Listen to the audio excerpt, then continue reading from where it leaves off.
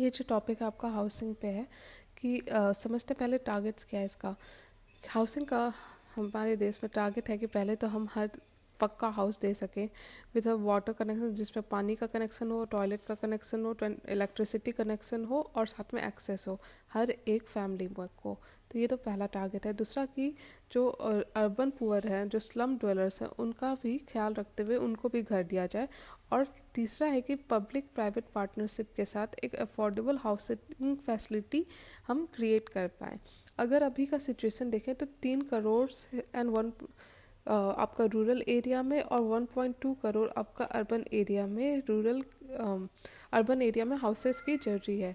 52 लाख ऐसे हाउसेस हैं जो प्रधानमंत्री आवास योजना अर्बन के अंदर कंप्लीट हो चुके हैं। उसी तरह 7.5 लाख करोड़ इन्वेस्टमेंट जो है ऑलरेडी इस सेक्टर में कर दिया गया है। अगर हम स्कीम्स, पॉलिसीज़ या इनिशिएटिव इस बारे में देखें तो आपको मेंशन करना होगा हाउसिंग फॉर ऑल, जो कि आप को यूज़ करना है अपने आंसर राइटिंग में।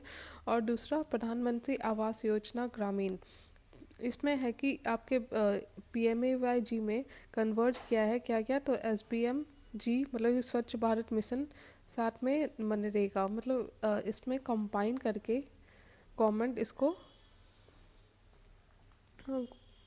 इम्प्लीमेंट कर रही है। मतलब प्रधानमंत्री आवास योजना में स्वच्छ भारत मिशन को भी इम्प्लीमेंट किया जा रहा है और मनरेगा को भी, मतलब कि मनरेगा के लेबर्स को इसमें यूटिलाइज किया जा रहा है।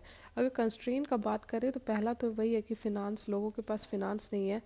दूसरा कि जो मल्टी लेवल अप्रूवल सिस्टम है, मतलब कि अर्बन एरिया में अगर आपको घर बनाना है तो बहुत सारे अप्रूवल लेने पड़ते हैं म्यूनिसिपैलिटीज़ के थ्रू, अलग अलग जो अथॉरिटीज़ हैं उनके थ्रू।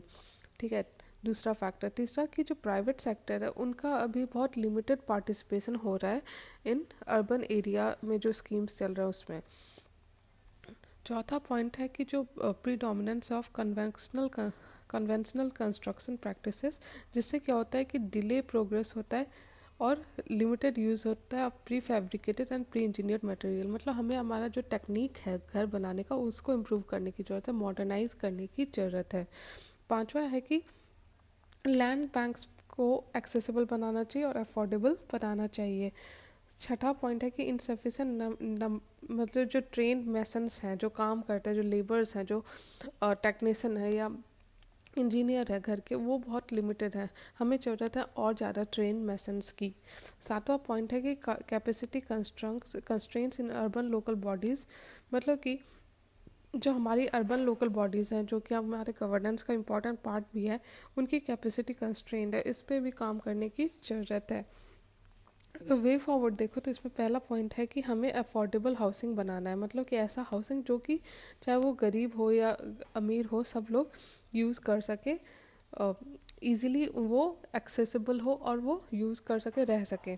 दूसरा है कि जो फिनांस है, किसी को भी अगर घर बनाना है तो उसे ईज़िली फिनांस अवेलेबल कराना चाहिए, तो ये इम्पॉर्टेंट है। तीसरा है कि जो नए टेक्नोलॉजीज़ हैं उनको यूटिलाइज़ करना चाहिए। हमें अपने जो टेक्नोलॉजी है, कंस्ट्रक्शन का मेथड्स है, उसको भी अपडेट करने की ज़रूरत है। चौथा है कि हमें प्राइवेट सेक्टर का पार्टिसिपेशन इंक्रीज़ करना चाहिए और इसमें हम स्विस चैलेंज मेथड जो है, एक तो है आपका मतलब कि जो स्विस चैलेंज मेथड है, इसमें आप प्राइवेट सेक्टर को और ज़्यादा अच्छे से कॉन्ट्रैक्ट दे के यूटिलाइज़ कर सकते हो।